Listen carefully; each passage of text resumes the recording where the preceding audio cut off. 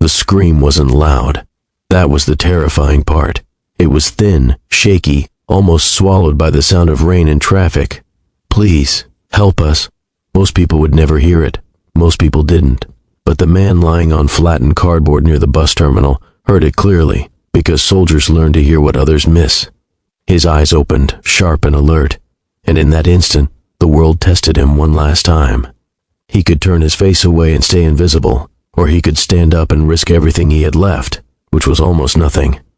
He pushed himself up slowly, joints aching from cold nights on concrete.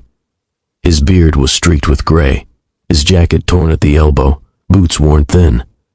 Once, he had been a single father with a steady job and a little boy who waited at the window for him every evening. Once, he had been a veteran who believed sacrifice meant something. Life had taken those things one by one, until the streets felt like the only place left for a man who had lost his family and his faith at the same time. Still, when he heard that whisper again, closer now, his heart reacted before his fear could stop it. Across the terminal, a dark van sat idling where it shouldn't. Rain slid down its sides like tears. Through a narrow crack in the window, two small faces appeared. Twins, a boy and a girl no older than 8. Their hands were tied, their mouths trembling, eyes wide with terror and hope. The girl pressed her palm to the glass, begging without words. The boy tried to be brave, but his lip quivered. They were looking at him. Of all the people rushing past, they had chosen him. A man stood nearby pretending to check his phone, watching everyone and no one at the same time. The veteran recognized the stance immediately.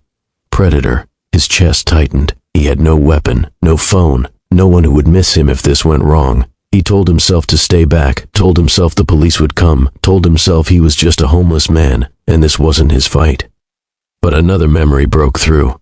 The feel of his son's small hand in his, the promise he had once made to always protect children who couldn't protect themselves. He moved before he could think better of it.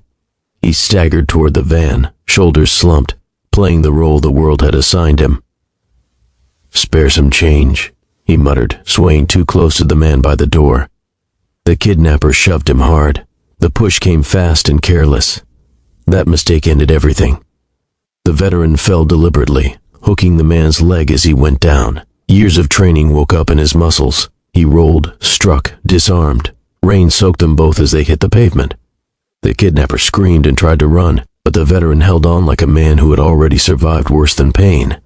When the struggle ended, the van door was open and the twins were crying freely now, their fear spilling into the night. His hands shook as he untied them. "You're okay," he whispered, though he didn't know if the words were for them or for himself. The girl wrapped her arms around his neck, sobbing. The boy clutched his hand with fierce trust, like letting go would break the world. Sirens wailed in the distance, too late to stop the danger, but soon enough to change what came next. At the police station, the adrenaline faded and reality returned. He sat alone on a hard bench under flickering lights, wet clothes clinging to his skin. Officers asked questions with tired suspicion. He had no ID, no address, no proof of who he was. The twins insisted he saved them, but rules are written for order, not gratitude. Hours passed. He prepared himself for the familiar ending. Handcuffs, blame, being pushed back into the shadows.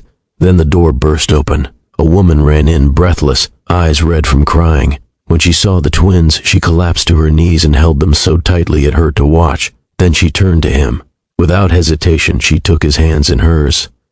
"You saved my children," she said, voice breaking. "You saved my life."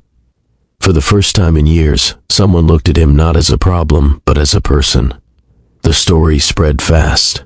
News cameras arrived. Strangers shook his hand. Donations came from people who had walked past men like him 1,000 times without seeing them. But what stayed with him most were the twins visiting the shelter every afternoon. They brought drawings, stick, figures holding hands under a bright sun. In every picture, he stood in the middle, taller than the rest, smiling. Weeks turned into months. With help from veterans groups and the twins' mother, he found work helping other former soldiers rebuild their lives. He moved into a small apartment with clean windows and quiet nights. The silence no longer scared him. When the twins visited, the place filled with laughter and the sound of hope learning to breathe again. One evening, as the sun dipped low, the girl asked him why he helped them when everyone else walked away. He thought for a long moment before answering. "Because once," he said softly, "I prayed someone would hear me too." The world had called him homeless, broken, forgotten.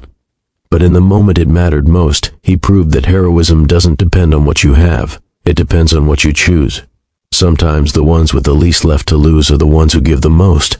And sometimes saving someone else is the way you finally save yourself.